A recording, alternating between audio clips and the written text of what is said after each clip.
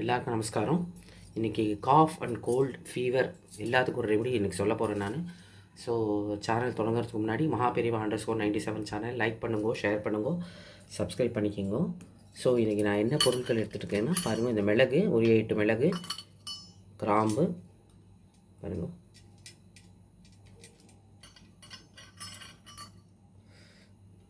கிராம்பு வந்து ஒரு 4 கிராம்பு, துளசி இலை பாருங்கள், 2 ஏலக்காய், வெல்லம், சுக்கு பவுடர், அப்புறம் ஓமமுங்க, இங்கே பாருங்கள் ஓமம், மஞ்சள். ஸோ எப்படி பண்ணுறதுன்னு பார்க்கலாம். ஃபஸ்ட்டு ஒரு டம்ளர் வந்து தண்ணி வந்து நல்லா கொதிக்கணும்.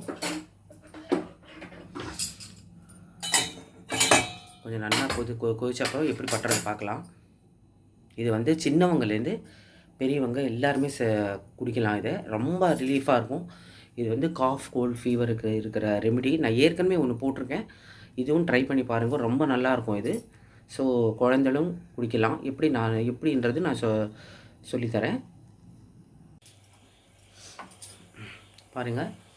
தண்ணி வந்து நல்லா கொதிக்க ஆரம்பிச்சுடுத்து. ஸோ இந்த நேரத்தில் வந்து 1 2 3 4 5 6 7 மிளகு எடுத்துட்டுருக்கேன். கொஞ்சம் நல்லா கொதிக்கட்டும். அது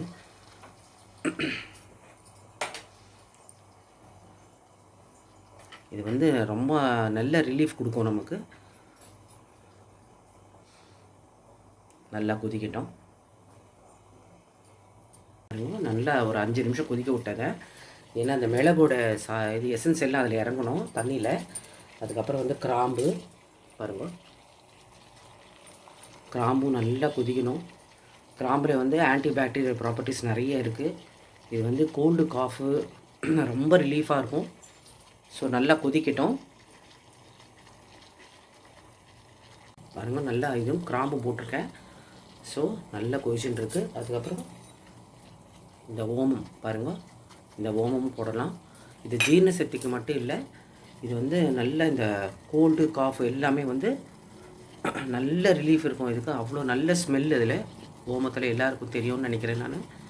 ஸோ பாருங்கள், இதுவும் ஓமத்தை போட்டு நல்ல வாசனை வருது. ஸோ நல்லா அதுவும் கொதிக்கட்டும். அதோடய எசன்ஸ் எல்லாம் வந்து தண்ணியில் இறங்கும். ஒரு 5 நிமிஷம் நல்லா கொதிக்கட்டும் பாருங்கள். நல்லா கொதிச்சுட்டு இருக்கு. ஸோ அதுக்கப்புறம் சுக்கு பொடி 1 டீஸ்பூன், இதுவும் நல்லா கொதிக்கட்டும்.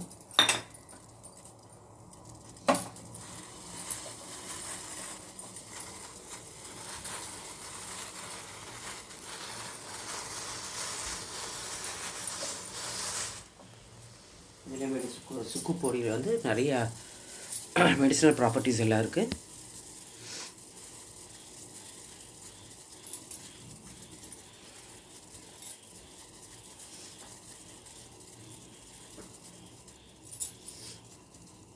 பாருங்கள் நல்லா கொதிக்கிறது.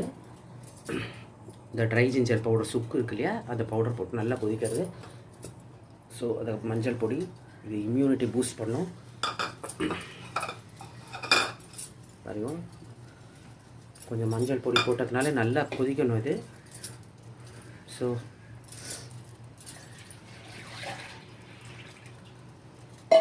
நல்லா கொதித்த பிறகு பாருங்கள், துளசி இலைகளை போடலாம்.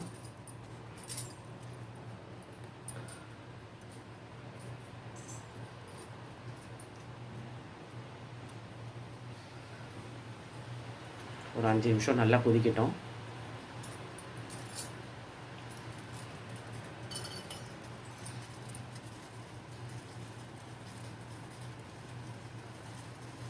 இப்போ பாருங்கள், 2 ஏலக்காய் போடுறேன்.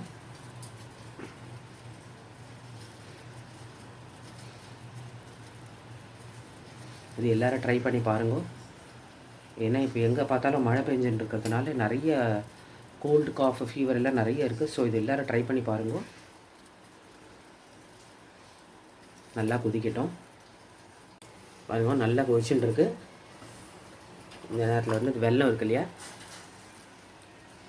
இந்த வெல்லத்தை போட்டு ஒரு 2 நிமிஷம் கொதிச்சா என்ன வெல்லம் எல்லாம் கரைஞ்சிரும், சூட்டுக்கு கரைஞ்சிரும்.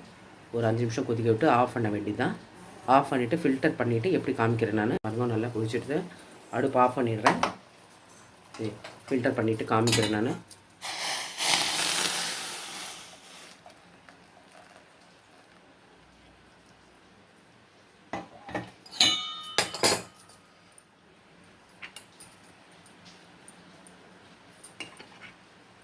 பாருங்க இந்த மாதிரி ஒரு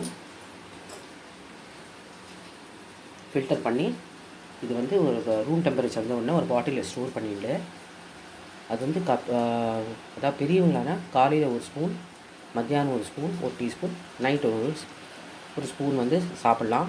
குழந்தைலனா காலையில் வந்து ஒரு ஸ்பூன், நைட்டு ஒரு ஸ்பூன் சாப்பிட்டோம்னா நல்ல ரிலீஃப் இருக்கும். நல்ல டிஃப்ரென்ஸ் தெரியும். கோல்டு, காஃபு, ஃபீவருக்கு நல்ல ரெமிடி இது. எல்லோரும் ட்ரை பண்ணி பாருங்க. ஸோ என்னோடய சேனல் மகாபிரிவா _97 சேனல் லைக் பண்ணுங்க, ஷேர் பண்ணுங்க, சப்ஸ்கிரைப் பண்ணிக்கோங்க. தேங்க்யூ. லோகா சமஸ்தா சுக்னோ பவந்து.